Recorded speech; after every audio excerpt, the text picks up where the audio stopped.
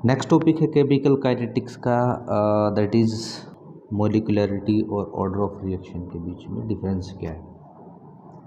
पिछली क्लास में डिटेल में हमने पढ़ा है कि मोलिकुलरिटी एलिमेंट्री रिएक्शन के लिए है और ऑर्डर कॉम्प्लेक्स रिएक्शन के लिए है। मोलिकुलरिटी पॉजिटिव, नेगेटिव या फ्रैक्शनल नहीं हो सकती, जबकि ऑर्डर ऑफ रिएक्शन पॉजिटिव भी हो सकता है, नेगेटिव भी हो सकता है, फ्रैक्शनल भी हो सकता है, ज़ीरो भी हो सकता है। एक इम्पॉर्टेंट चीज़ हमने ये बताई थी कि मोलिकुलरिटी को किसी भी रिएक्शन में को जस्ट हम देख के ही बता सकते हैं कि इसकी मोलिकुलरिटी 1 है, यूनिमोलिकुलर, बाईमोलिकुलर, ट्राईमोलिकुलर है। बट ऑर्डर ऑफ रिएक्शन को बगैर एक्सपेरिमेंट किए लैब में ऑर्डर ऑफ रिएक्शन हम नहीं निकाल सकते, जस्ट रिएक्शन को देख के कभी नहीं बता सकते। तो ऑर्डर ऑफ रिएक्शन जो था उसका नेचर कैसा था, एक्सपेरिमेंटल था, एम्पिरिकल था, जबकि मोलिकुलरिटी थ्योरेटिकल थी, देख के बता देते थे हम। इसी के बेसिस पर हमने molecularity and order of reaction में कुछ डिफरेंसेस यहाँ लिखे हैं जो अक्सर एग्ज़ाम में पूछे जाते हैं, इम्पोर्टेंट है, इजी भी है। तो मोलिकुलरिटी की बात करते हैं। मोलिकुलरिटी में सबसे पहली बात हमने डेफिनेशन लिखी है। हमने ये कहा है कि भी किसी भी केमिकल रिएक्शन में रिएक्टेंट के कितने मॉलिक्यूल आपस में एक दूसरे के साथ रिएक्ट करके प्रोडक्ट बनाते हैं, वही उसकी मोलिकुलरिटी है। The number of molecules of the reactant collides together to form the product in an elementary reaction. जबकि ऑर्डर ऑफ रिएक्शन में हमने लिखा था कि रेट लॉ में जो कंसंट्रेशन टर्म्स हैं, उन कंसंट्रेशन टर्म्स की जो कोफिशिएंट होते हैं, उन कोफिशिएंट को हम सभी का सम कर देते हैं। इन कोफिशिएंट का सम करेंगे, सम करने के बाद जो भी वैल्यू आएगी that will be order of the reaction. दूसरी बात है कि एलिमेंट्री रिएक्शन के लिए ही मोलिकुलरिटी का जिक्र किया जाता है, तो उसकी करेक्टरिस्टिक्स किसकी है मोलिकुलरिटी फॉर एलिमेंट्री रिएक्शन, और कॉम्प्लेक्स रिएक्शन के लिए हम जिक्र करते हैं basically order of reaction. So order of reaction is the characteristics of the complex reaction. अभी जिक्र किया था हमने कि किसी भी केमिकल रिएक्शन को देखते ही बता देते हैं हम कि इसकी मोलिकुलरिटी क्या है, यूनिमोलिकुलर है, बाईमोलिकुलर है कि ट्राईमोलिकुलर है। तो मोलिकुलरिटी जो है it is theoretical in nature, जबकि पीछे भी 2 या 3 बार मैं डिस्कस कर चुका हूँ कि ऑर्डर ऑफ रिएक्शन कभी भी रिएक्शन देख के नहीं बता सकते हम, हमेशा इसको लैब में निकालना पड़ता है एक्सपेरिमेंट करके। सो इसका नेचर कैसा है, एक्सपेरिमेंटल कह सकते हैं हम या इम्पीरिकल कह सकते हैं। Empirical means experimental. Important term है, यहाँ से एमसीक्यू बनने के भी चांसेस होते हैं कि मोलिकुलरिटी ज़ीरो भी हो सकती है, ज़ीरो नहीं हो सकती, नेगेटिव भी नहीं हो सकती, और कभी फ्रैक्शनल 2.5, 3.3 इस तरह से नहीं हो सकती। जबकि order of reaction zero order reaction भी होता है, नेगेटिव ऑर्डर में भी होती है रिएक्शन, फ्रैक्शनल भी हो सकता है, 2.5 ऑर्डर और रिएक्शन है, 1.5 है रिएक्शन का ऑर्डर। जो ऑर्डर है रिएक्शन का वो मैकेनिज़्म भी बताता है आपको रिएक्शन का, क्योंकि एक से ज़्यादा स्टेप में जब रिएक्शन होंगी तो हमें मैकेनिज़्म वैसे ही पता चल जाएगा कि पहले स्टेप कैसे हो रहा है, दूसरा स्टेप कैसे है, और अगर आगे के स्टेप भी इन्वॉल्व हैं तो वो किस तरह से हो रहे हैं। तो जब हम किसी भी रिएक्शन के पाथ को ट्रेस कर लेते हैं तो डेफिनेटली हम उस रिएक्शन का मैकेनिज़्म पता लगा लेते हैं। जबकि मोलिकुलरिटी में एक ही स्टेप में जितने भी रिएक्टेंट हैं वो फटाफट प्रोडक्ट बना देते हैं, तो किस रास्ते से, किस पाथ से प्रोडक्ट बना है थोड़ा डिफ़िकल्ट है, तो मैकेनिज़्म को एक्सप्लेन नहीं करता order of reaction. Next topic is the determination of the order of reaction. देखिए, ऑर्डर ऑफ रिएक्शन को एक्सपेरिमेंट करके ही निकाल सकते हैं, तो अब हम देखते हैं कि सीखते हैं कि ऑर्डर ऑफ रिएक्शन को कैसे हम निकाल सकते हैं।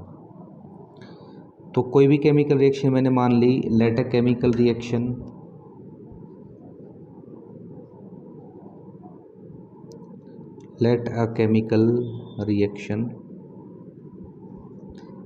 A plus B, 2A plus B से कोई प्रोडक्ट बन गया हमारा P।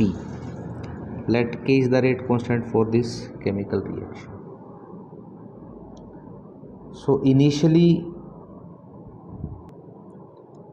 तो मैंने एक एक्सपेरिमेंट किया। इस एक्सपेरिमेंट में मैंने ये जो A है इसकी जो कंसंट्रेशन है शुरू में, इसकी कंसंट्रेशन को लिया 0.1 और इस B की कंसंट्रेशन को मैंने लिया 0.2। तो मैंने नोटिस किया कि जो रिएक्शन की स्पीड थी वो थी 2 × 10⁻⁻²। This is the result of first experiment. फिर मैंने कहा कि चलो इस A का जो अमाउंट है जो हमने शुरू में लिया था उससे दुगना कर देते हैं। दूसरे एक्सपेरिमेंट में हमने किया कि A को डबल कर दिया, B को उतना ही रखा। तो हमने नोटिस किया एक्सपेरिमेंट करते वक्त कि भी A की कंसंट्रेशन डबल करने के बाद भी और B की कंसंट्रेशन सेम रखने के बाद भी रिएक्शन की जो स्पीड थी, रिएक्शन का जो रेट है वो वही रहा, कोई चेंज नहीं हुआ। तो यहाँ से एक्सपेरिमेंट का कंक्लूजन हमारा क्या निकला कि A की कंसंट्रेशन चेंज करने से रिएक्शन की स्पीड में कोई फ़र्क नहीं पड़ता है। तीसरे एक्सपेरिमेंट में हमने क्या किया, A को उतना ही रखा जितना दूसरे एक्सपेरिमेंट में था और B की कंसंट्रेशन को दूसरे एक्सपेरिमेंट से डबल कर दिया। तो हमने पाया कि जो रिएक्शन है उसकी स्पीड भी डबल होगी। We are doing the experiment. पहले एक्सपेरिमेंट में ये रहा, दूसरे में ये रहा, तीसरे में ये रहा। और इसको हमने एक टेबल में इस तरह से लगा दिया रिज़ल्ट को। अब इस रिज़ल्ट के हिसाब से हम इस रिएक्शन का ऑर्डर निकालना चाह रहे हैं। तो this is our, let's suppose to be this is our equation number 1। Equation number 1 का रेट हम कैसे निकाल सकते हैं? General rate of this reaction P कैसे लिखेंगे? Rate directly proportional to, arrow के पीछे जो है, एरो के पीछे है A और मल्टीप्लाई बाई B, दोनों की कंसंट्रेशन। और इनकी जो पावर है वो क्या होगी? Some coefficient, suppose to be alpha beta. इनके आगे जो स्टोकियोमेट्रिक कोफिशिएंट है वो नहीं लिखते रेट लॉ के अकॉर्डिंग। प्रोपोर्शनलिटी कांस्टेंट को हटाएंगे तो क्या बन जाएगा? Rate is equal to K, A की कंसंट्रेशन की पावर अल्फा, B की कंसंट्रेशन की power beta. This is our general equation, let equation number 2। अब हमने क्या करना, देखिए पहले एक्सपेरिमेंट में A की कंसंट्रेशन दी हुई है, B की कंसंट्रेशन भी दी हुई है और रिएक्शन का रेट भी दिया हुआ है। तो इसकी वैल्यू पुट कर देते हैं। तो पहले एक्सपेरिमेंट के लिए रेट कितना आया? 2 × 10⁻⁻² इक्वल टू यूँ का यूँ, K की वैल्यू यूँ की यूँ। A की कंसंट्रेशन कितनी थी? 0.1 और पावर अल्फा यूँ की यूँ। अब देखिए पहले एक्सपेरिमेंट में B की कंसंट्रेशन कितनी थी? 0.2 पावर बीटा यूँ का यूँ। Suppose to be this our equation number 3। अब बात कर लेते हैं दूसरे एक्सपेरिमेंट की। सेकंड एक्सपेरिमेंट में देखिए रेट क्या है? रेट है, रेट की जगह हम लिखेंगे 2 × 10⁻² इज इक्वल टू K यूँ का यूँ। A की कंसंट्रेशन क्या है दूसरे एक्सपेरिमेंट में? 0.2 की पावर अल्फा। उसके बाद देखिए बीटा, बीटा की कंसंट्रेशन क्या है दूसरे एक्सपेरिमेंट में? 0.2 की पावर बीटा, यहाँ पहले वाले में alpha. This is our equation number suppose to be 4। अगली बात अगर हम करें तो एक्सपेरिमेंट नंबर 3 पे आ जाते हैं। देखिए एक्सपेरिमेंट नंबर 3 में रेट की जगह मैं क्या लिखूँगा? इस इक्वेशन से कंपेयर कर रहे हैं। रेट की जगह लिखूँगा मैं 4 × 10⁻² इज इक्वल टू K यूँ का यूँ। A की कंसंट्रेशन क्या है थर्ड एक्सपेरिमेंट में? 0.2 पावर क्या है इसकी? अल्फ़ा, मल्टीप्लाई बाई बी की कंसंट्रेशन क्या है थर्ड एक्सपेरिमेंट में 0.4, पावर क्या है beta. Let this our equation number 5। अब ऑर्डर जो है रिएक्शन का वो हमने निकालना है, ऑर्डर जो है वो हमने निकालना है। और वी नो दैट ऑर्डर क्या होता है रिएक्शन का, रेट लॉ में जो कंसंट्रेशन टर्म है उनके का जो कोफिशिएंट होते हैं उसके सम को, तो ऑर्डर हो गया अल्फ़ा प्लस बीटा। तो अगर आप अल्फ़ा और बीटा की वैल्यू निकाल लो और अल्फ़ा और बीटा की वैल्यू यहाँ पुट कर दो तो ऑर्डर ऑफ रिएक्शन निकल जाएगा। तो इक्वेशन नंबर 3, 4 और 5 से हम देखें तो देखिए इक्वेशन नंबर 3 और 4 में देखिए बीटा की वैल्यू सेम है। अगर दोनों इक्वेशन को डिवाइड करोगे तो ऊपर नीचे आ जाएंगी, कैंसिल हो जाएगी। और अल्फ़ा की वैल्यू अलग है, तो अल्फ़ा की वैल्यू अलग है फिर अल्फ़ा कोफिशिएंट की, तो यहाँ अल्फ़ा की कोई ना कोई पर्टिकुलर वैल्यू आ जाएगी और बीटा यहाँ से कैंसिल हो जाएगा। तो मैं कहता हूँ divide equation 4 by equation number 3। तो इक्वेशन 4 को 3 से डिवाइड करना, तो इक्वेशन 4 क्या है, इक्वेशन 4 हमारी 2 into 10⁻⁻² is equal to equation 4 के 0.2 की पावर अल्फ़ा एंड 0.2 की power beta. This is our equation number 4। Equation number 4 को हमने डिवाइड करना है, किससे डिवाइड करना है, इक्वेशन नंबर 3 से।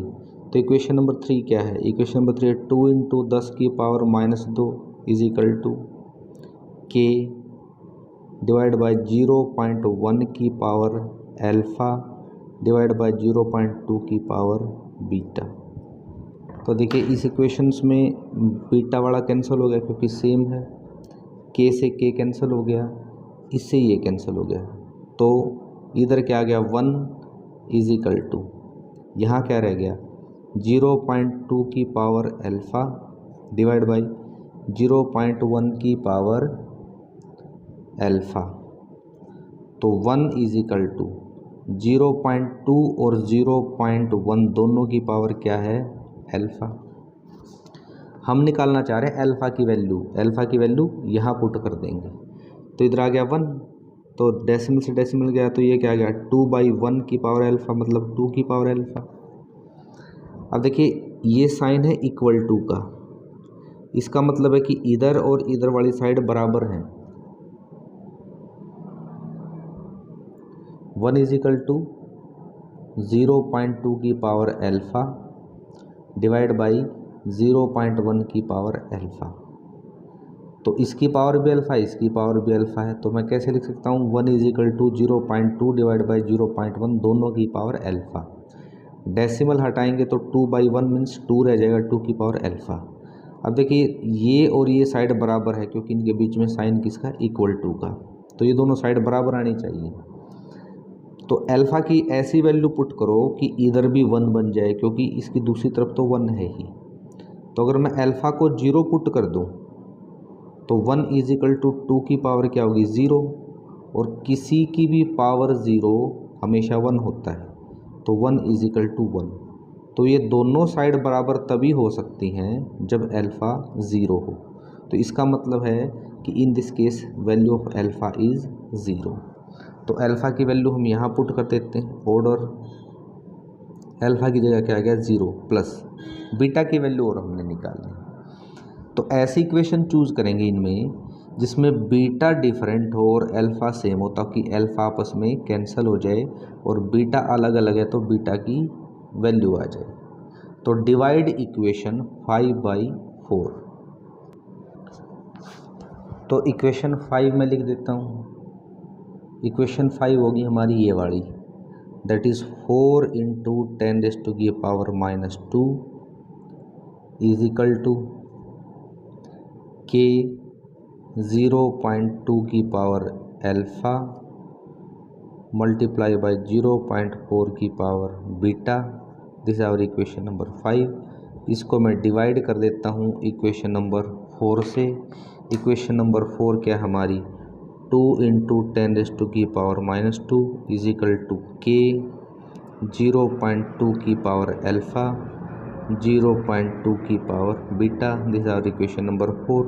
अब देखिए के से के कैंसिल हो गया, इससे ये कैंसिल हो गया, 10⁻² की पावर 2 से 10⁻² की पावर 2 कैंसिल हो गया, 2 से इसको डिवाइड करेंगे तो इधर क्या आ गया 2। 2 इज इक्वल टू यहाँ क्या रह गया 0.4 की पावर बीटा 0.2 की पावर बीटा।